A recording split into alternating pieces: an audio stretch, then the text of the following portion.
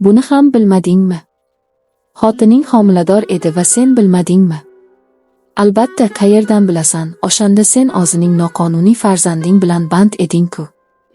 Buni aytib, Rohman Mirza Afnanni masxara qilib kuldi. Afnaning jahli asta-sekin osa boshladi, lekin u juda sokin va qat'iy ovozda dedi: "Amaki, bilmagan holda kimnidir noqonuniy deb atash to'g'rimi? U noqonuniy emas, uning otasi bor." "Men qachon otasi yo'q dedim? Uning otasi sensan.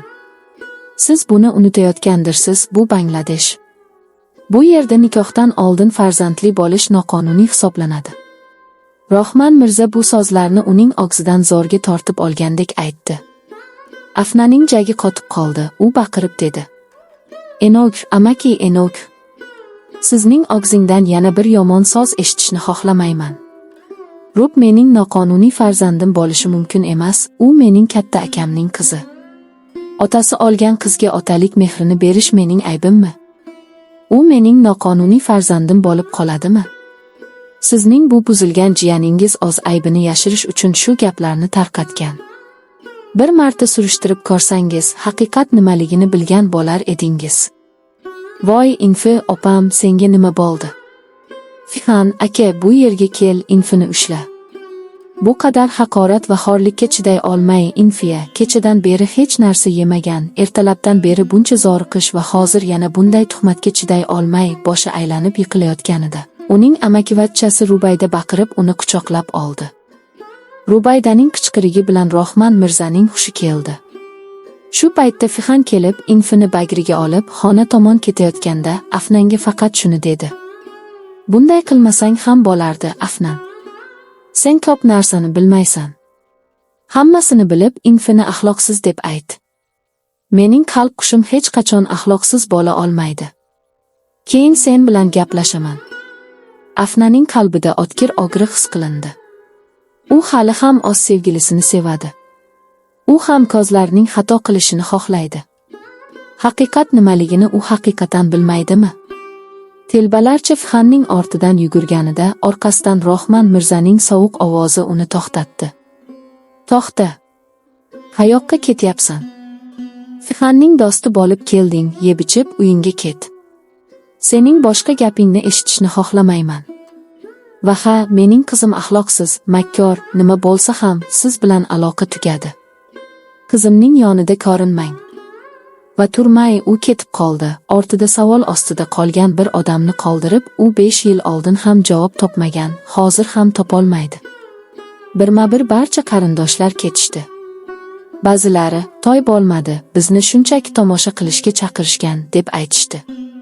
Yana ba'zilari, "Qiz haqiqatan yomon, 5 yil oldin qornini ko'tarib kelib, otasini oldirdi, onasi falaj bo'ldi, endi ularning hurmatini ham buzdi, omadsiz, badbaxt" deb ko'plab xunuk so'zlar aytib, to'yga kelgan ko'plab mehmonlar ketishdi. To'y uchun bezatilgan vaqtinchalik chodir bo'shab qoldi. O'rtasida Afnan turibdi. 5 yil davomida kimni qidirib yurgan bo'lsang, o'sha Infimi? Orqasidan kelib Afnaning yelkasiga qo'lini qo'yib dedi Araf. Araf Afnan va Fihanning yaqin do'sti. "Ha, o'sha Infi mening sevgilim, usiz men boshman. U nima qilsa ham men uni qo'yib yubormasdim, o'zimdan ham ko'proq sevaman. Lekin u nega ketdi, rostdan ham bilmayman. U bilan birga mening ruhimni olib ketdi. Ko'p qidirdim, topolmadim" dedi Afnan yiglab. Erkaklar oson yiglamaydi. Qanchalik sevsa shunday yiglay oladi. Buni Araf bilmasdi. Unga taskin beradigan so'zlarni ham topolmagandek. "Infi, Fihanning amakivachchasi, buni bilmasmiding?" "Yo'q, Infi bilan Fihan orqali tanishmaganman. U hech qachon Fihanning amakivachchasi ekanligini aytmagan." 60. U bilan birinchi uchrashuvim uyimizda Anayaning tugilgan kunida. Anayaning do'sti Tisha bilan kelgan edi. Kichkina qo'g'irchoqdek. Oq churidar bilan qora ro'mol, yuzida hech qanday bo'yanish yo'q. Davomi bor. Savol va javoblar. Rohman Mirza Afnanga nima dedi? Javob: Rohman Mirza Afnaning xotini homilador ekanligi va u bilmaganligi haqida masxara qildi. Afnan Rub haqida nima dedi? Javob: Afnan Rub uning noqonuniy farzandi emas, balki katta akasining qizi ekanligini aytdi. Infiyaga nima bo'ldi? Javob: Infiya haqorat va tuhmatlardan keyin boshi aylanib hushidan ketdi. Fhan Afnanga nima dedi? Javob: Fhan Afnanga hamma narsani bilmasdan Infini axloqsiz deb atamasligini aytdi. Afnan Infi haqida nima his qiladi? Javob: Afnan Infini hali ham sevadi va usiz o'zini bosh his qiladi. Afnan va Infi qanday uchrashgan? Javob: Afnan va Infi Anayaning tugilgan kunida uchrashgan.